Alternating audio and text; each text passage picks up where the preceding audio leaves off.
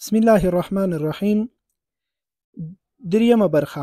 پوښتنه: کله چې تاسو مسیحي وئ او لا مسلمان شوي نه وئ، نو مسلمانان مو څنګه له خپل دین څخه اړول؟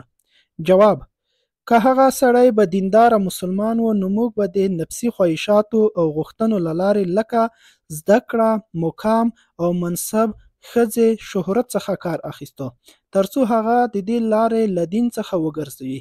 لومړی به یو تنصیري یعنې کوم عیسوي چې خلک عیسویت ته رابولي، د دې مسلمان سره دوستي او ملګرتیا واچوله او د هغه ستونزې او مشکلات به یې لرې کول او د هغه سره به یې مرسته کوله ترڅو د خپل احسان لاندې راولي او ځان ورته رښتینی دوست او ملګری وښیي.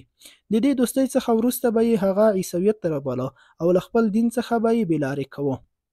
پوښتنه: کله به چې تاسو په یو هیواد کې له ناکامۍ سره مخامخ شوئ او پلان به مو بریالی نه شو، نو څه کار به مو کوو؟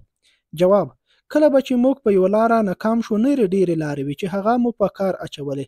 یوه لاره دا وه چې د عیسوي کومک کوونکي هیوادونو له لارې به مو په دې نه منونکي هیواد زور او فشار اچوه، یا به مو د غریبو او بېوزلو خلکو له کومک او مرستې څخه لاس اخیستو.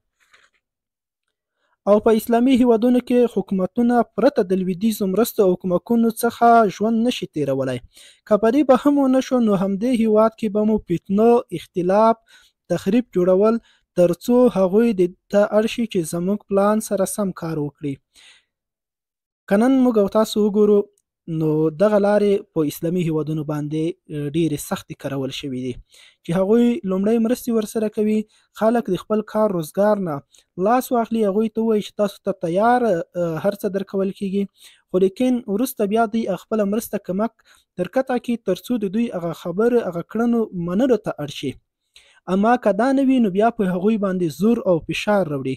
لکه د افغانستان په شمول ډېر اسلامي ملکونه موږ تاسو ولیدل چې په هغې باندې کفارو خپل زور وازمایو، خپل فشار یې ورباندې راوړ ترڅو یې له اسلام دین نه واړوي. خو لیکن دغه دریمه طریقه چې ده چې اوس په مسلمانانو باندې دوی کاروي او عملا روانه ده، چې دې ته باید مسلمانان ډېر متوجه وي، چې هغه فتنهګر را پیدا کول، فتنه اچول، د علماو د مسلمانانو په منځ کې اختلاف راپورته کول، د علماو په منځ کې په یوه فرعي یوه عادي مسئله باندې اختلاف راپورته کول، په یو بل باندې د کفر ټاپې لګول، یو بل ته خارجي او داعشي ویل، چې دا د مسلمانانو ترمنځ د بې اتفاقۍ د اختلاف یو لوی لامل دی چې نن کفار په دغه پلان باندې ډیر زیات کار کوي او په اسلامي ټولنه کې په دغه پلان باندې دوی ډیر کامیاب شوي دي.